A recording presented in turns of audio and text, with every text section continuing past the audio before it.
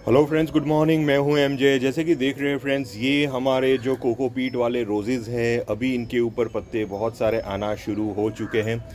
ये सारे नए पत्ते निकले हुए हैं, आप सभी को पता है। या बंदर ने बहुत सारे लीव्स ख़त्म कर लिए थे, प्लांट की हालत ख़राब कर ली थी। अभी वही प्लांट्स जैसे कि देख रहे हो, बहुत ही सुंदर अभी लीव्स प्रोड्यूस करना उन्होंने शुरू कर लिया है। तो अराउंड बहुत सारे नॉर्मली लीव्स निकलना शुरू हो चुके हैं। तो जब ऐसी कंडीशन मेरे प्लांट की है, मैंने इतने दिन दौरान, यानी कि जब से मेरा प्लांट ख़राब हुआ था उससे वो दिन से लेके अभी तक मैंने अपने पौधे के अंदर एक नॉर्मल वाटरिंग की है। उसके अलावा कुछ भी ज़्यादा नहीं किया है। इवन मैंने इंसेक्टिसाइड, फंगीसाइड का भी स्प्रे नहीं किया था। मैंने सिर्फ अपने पौधों के अंदर पानी दिया था। बारिश का पानी जाता है तो उसको जाने दिया, अगर बारिश नहीं है तो बाद में मैंने खुद से वाटरिंग की है। अब पिछले 8-10 दिन से ही समझ लीजिए, पिछले 8-10 दिन से मेरे यहाँ बारिश उतनी ज़्यादा नहीं हो रही है। यानी कि बारिश पहले से बहुत कम हो चुकी है। दिन में अगर बारिश हो जाती है तो एक आध बार हो जाती है, जो हमारे पौधों के लिए इनफ नहीं होती। मुझे सामने से पानी देना पड़ता है।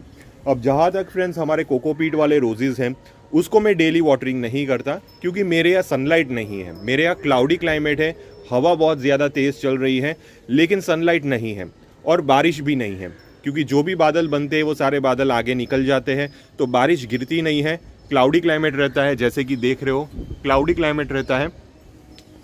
तो ऐसे में मैं कौन सा फर्टिलाइज़र मैं अपने पौधों के अंदर यूज़ करूँगा, ये चीज़ आपके लिए जानना ज़रूरी है। अगर आपके यहाँ क्लाउडी क्लाइमेट है, सनलाइट नहीं है और बारिश नहीं है, तो बाद में आपको कौन सा फर्टिलाइज़र यूज़ करना है।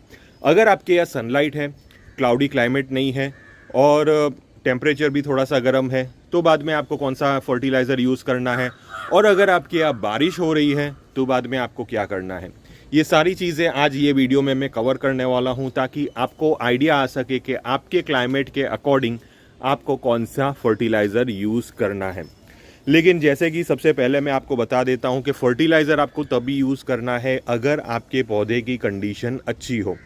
जब मेरे पौधे की कंडीशन अच्छी नहीं थी, तब मैंने कोई भी फर्टिलाइज़र अप्लाई नहीं किया। नॉर्मली प्लांट को ग्रो किया सिर्फ पानी के दम पे। मैंने पिछली 2-3 वीडियोस भी डाली है, मैंने कुछ भी नहीं किया था, सिर्फ पानी दिया, क्लाइमेट ने अपना काम किया और प्लांट ने अपने पत्ते निकालना शुरू कर लिया। अब मैं अपनी साइड से काम कर रहा हूँ। जब भी हम अपनी साइड से काम करते हैं तो बाद में एक चीज़ भूलनी नहीं चाहिए कि हमारे पौधे के ऊपर लग सकते हैं पेस्ट अटैक। जी हाँ, जैसे ही आप फर्टिलाइजेशन शुरू करोगे अपनी साइड से, तो प्लांट के ऊपर पेस्ट अटैक होना ईजी है। आराम से आपके प्लांट के ऊपर पेस्ट अटैक हो सकते हैं। तो इंसेक्टिसाइड का स्प्रे शुरू कर लीजिए। मैंने कर लिया है, बीच में मैं नहीं कर रहा था क्योंकि कोई फर्टिलाइज़र ही नहीं चल रहे थे। तो सबसे पहली कंडीशन में ये आएगा कि जैसे कि मेरे यहाँ अभी जो कंडीशन है, मेरे यहाँ क्लाउडी क्लाइमेट है, बारिश ज़्यादा नहीं है। दिन में एक आध बार थोड़ी सी बारिश हो जाती है, जो हमारे पौधों के लिए इनफ नहीं है। आपको सामने से पानी देना होगा और बाद में आपके यहाँ सनलाइट बिल्कुल भी नहीं है और तेज़ हवाएं चलती रहती हैं। तो ऐसे में कौन सा फर्टिलाइज़र आपको देना है। जब ऐसा क्लाइमेट होगा, आपका प्लांट अपने आप ही बहुत ही ग्रोथ करना स्टार्ट कर देगा, पत्ते निकालना स्टार्ट कर देगा। ये इंडिकेशन है कि प्लांट की ग्रोथ शुरू हो चुकी है। अब जैसे ही प्लांट की ग्रोथ शुरू हो जाती है, आपको अपनी साइड से फर्टिलाइज़र भी देना शुरू कर लेना है। पहला जो ये कंडीशन है, उसके लिए फर्टिलाइज़र है वो है 1261-0, 052-34 और बाद में मैग्नीशियम सल्फेट। ये तीन का कॉम्बिनेशन आपको बना के अप्लाई करना है अपने रोजेज़ के ऊपर।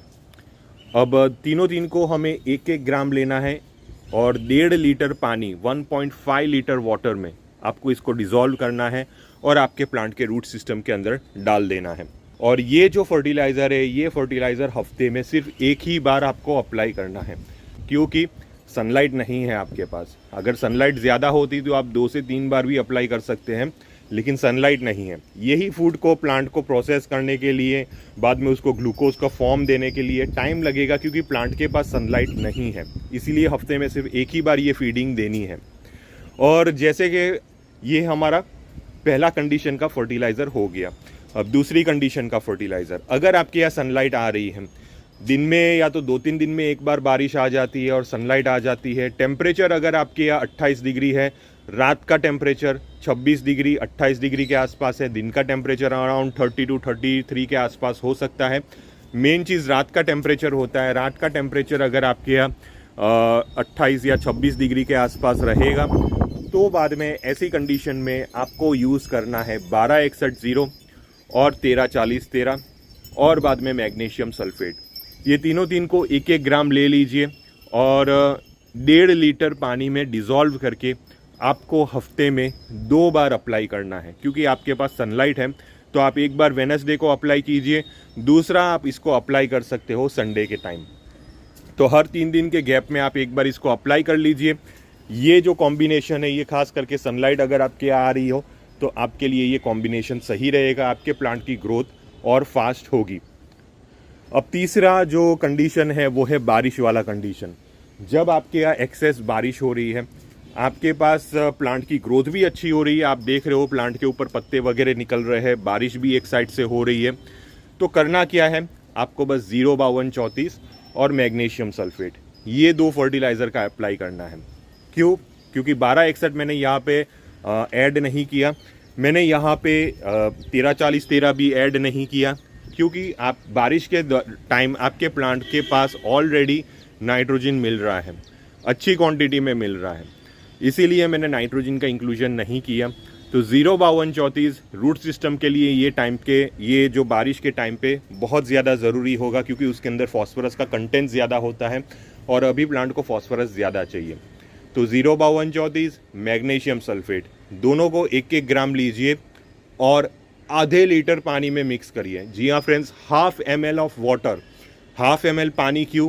क्योंकि बारिश का पानी आपके रूट सिस्टम के अंदर अब जा रहा है। अगर बारिश का पानी जा रहा है और सामने से अगर आप 1.5 लीटर पानी और ज़्यादा दोगे तो बाद में प्लांट के अंदर ऑक्सीजन की डेफिशिएंसी क्रिएट हो सकती है। ऑक्सीजन की डेफिशिएंसी क्रिएट होगी, आपका पौधा पीले पत्ते निकालना शुरू कर लेगा। तो ये चीज़ नहीं करना है, आपको ज़्यादा पानी नहीं देना है। अगर आप 250 ml या तो 500 ml भी पानी ले लोगे, अगर आपको लगता है कि कोकोपीट में देना है तो 250 ml से 300 ml या तो 400 ml के आसपास पानी लीजिए। इन शॉर्ट कहने का मतलब ये है कि 500 ml से कम पानी लीजिए, मैक्सिमम 500 ml ऑफ वाटर अगर आप सिंडर में डाल रहे हो, और कोकोपीट में डाल रहे हो तो 300-400 ml पानी में ये डिज़ोल्व करके आप एग्जैक्टली प्लांट के साइड पे डालिए। ये वाला जो हिस्सा है यहाँ पे आपको अप्लाई करना है, क्योंकि बारिश का पानी लगातार रूट सिस्टम को कॉम्पैक्ट करते जाएगा, गिरता जाएगा, रूट सिस्टम कॉम्पैक्ट होंगे तो साइड पे आप ये फर्टिलाइज़र अप्लाई करिए। सेंटर में करोगे तो लो ऑक्सीजन की वजह से वो यूटिलाइजेशन नहीं हो पाएगा फर्टिलाइज़र का, तो फर्टिलाइज़र का टॉक्सिसिटी क्रिएट हो सकती है। इसीलिए बारिश के वक्त अगर आपको अप्लाई करना है तो हमेशा साइड पे करिए, इससे टॉक्सिसिटी भी क्रिएट नहीं होगी। और जैसे कि पानी आप नहीं दोगे, कम पानी दोगे, अपनी साइड से आप वाटरिंग नहीं करोगे तो ऑक्सीजन का जो फ्लो रहता है मीडिया के अंदर बना रहेगा। तो ये चीज़ ध्यान रखिए। सिंडर वाला मीडिया है तो सिंडर वाले मीडिया में तो वैसे भी बारिश का पानी जाता रहेगा, इसके अंदर ऑक्सीजन का प्रॉब्लम क्रिएट नहीं होगा, आपके प्लांट में ऑक्सीजन का फ्लो तो बना रहेगा। लेकिन 05234 देने से एक्सेस नाइट्रोजन आपके प्लांट के ऊपर क्रिएट नहीं होगा। एक्सेस नाइट्रोजन क्रिएट ना होने की वजह से आपके प्लांट के ऊपर नाइट्रोजन टॉक्सिसिटी क्रिएट नहीं होगी, जिसकी वजह से आपके प्लांट के जो रूट सिस्टम है वो डेवलप होंगे, प्लांट पत्ते निकालता रहेगा, ग्रोथ प्रोसेस कंटिन्यू रहेगा। अब ये फर्टिलाइज़र कब तक चलने देना है? देखिए, मैं फिर से एक वीडियो अपलोड करूँगा। एक्चुअली ये जो फर्टिलाइज़र है ये मैं अभी रेगुलर बेसिस पे चलने दूंगा अराउंड 1 महीना 1.5 महीना, जब तक मेरे यहाँ बारिश, ये क्लाउडी क्लाइमेट ख़त्म नहीं होते। जब मेरे यहाँ सनलाइट आना स्टार्ट हो जाएगी तब मैं 1261, 1340 और मैग्नीशियम सल्फेट ये फर्टिलाइज़र्स का एप्लीकेशन करूँगा। लेकिन अभी मेरे यहाँ सनलाइट नहीं है, इसीलिए मैं 1261, 05234 और बाद में मैग्नीशियम सल्फेट का एप्लीकेशन करूँगा। अब बहुत सारे लोगों के माइंड में ये चल रहा है, सर आप 1261 तो यूज़ कर रहे हैं, आपके यहाँ क्लाउडी क्लाइमेट है, लेकिन मेरे यहाँ अभी बारिश उतनी नहीं है, बारिश कम हो चुकी है, इसलिए मैं 1261 यूज़ कर रहा हूँ और 1261 को काटने के लिए 05234 यूज़ किया है। एक चीज़ ध्यान रखिए कि अगर फॉस्फोरस और पोटेशियम की क्वांटिटी जितनी ज़्यादा होगी, नाइट्रोजन की क्वांटिटी उतनी कट होती जाएगी। जैसे कि मैंने 1261 यूज़ किया, 1261 के साथ मैंने 05234 और 05234 यूज़ किया है। 05234 में फॉस्फोरस पोटेशियम में, 1261 में भी फॉस्फोरस है, तो फॉस्फोरस की क्वांटिटी हाई हो जाएगी। जितनी हाई क्वांटिटी फॉस्फोरस की हो जाएगी उतना वो नाइट्रोजन को कट करेगा। तो नाइट्रोजन को कट करेगा यानी कि जो 12 नाइट्रोजन है प्लांट को उससे भी कम नाइट्रोजन मिलेगा, जो मेरे प्लांट के लिए एट प्रेजेंट पोजीशन में इनफ है, क्योंकि मेरे यहाँ सनलाइट नहीं है। अगर मेरे यहाँ सनलाइट होती तो मैं नाइट्रोजन का कंटेंट थोड़ा सा ज़्यादा कर सकता था, लेकिन मेरे यहाँ अभी सनलाइट नहीं है, इसलिए मुझे ज़्यादा नाइट्रोजन की ज़रूरत नहीं है। तो ये कुछ ऐसी सिंपल चीज़ें हैं जो आपको ध्यान रखनी है फर्टिलाइज़र देने के टाइम। ऐसा नहीं है कि हम कोई भी फर्टिलाइज़र उठा के दे दें 19-19-19 या तो कोई भी हाई नाइट्रोजन फर्टिलाइज़र ऐसे क्लाउडी क्लाइमेट में देना शुरू कर लोगे, या तो कैल्शियम नाइट्रेट अगर आपने ज़्यादा देना शुरू कर लिया तो प्लांट के ऊपर पेस्ट अटैक सीरियस हो जाएंगे और आपको फिर से प्लांट के पीछे पेस्टिसाइड स्प्रे करने पड़ेंगे और वो बाद में प्लांट आपका पीछे हो जाएगा, अराउंड 1 मंथ पीछे हो जाएगा, फिर से सारे पत्ते गिरना स्टार्ट हो जाएंगे और आपको लगेगा कि फर्टिलाइज़र देने के बाद भी मेरे प्लांट क्यों ऐसे रिएक्ट कर रहे हैं। तो अगर आप फर्टिलाइज़र ध्यान से दोगे, जो फर्टिलाइज़र की रिक्वायरमेंट होगी वो फर्टिलाइज़र अगर आप अपने पौधे को दोगे तो बाद में आपका पौधा भी हरा भरा होता रहेगा, पत्ते डेवलप करता रहेगा। तो अगर आपको किसी भी टाइप का कन्फ्यूजन हुआ ये टॉपिक से रिलेटेड तो आप प्लीज़ मुझे टेलीग्राम ग्रुप में मैसेज कर सकते हो। टिल देन के लिए थैंक यू फ्रेंड्स और हैप्पी गार्डनिंग।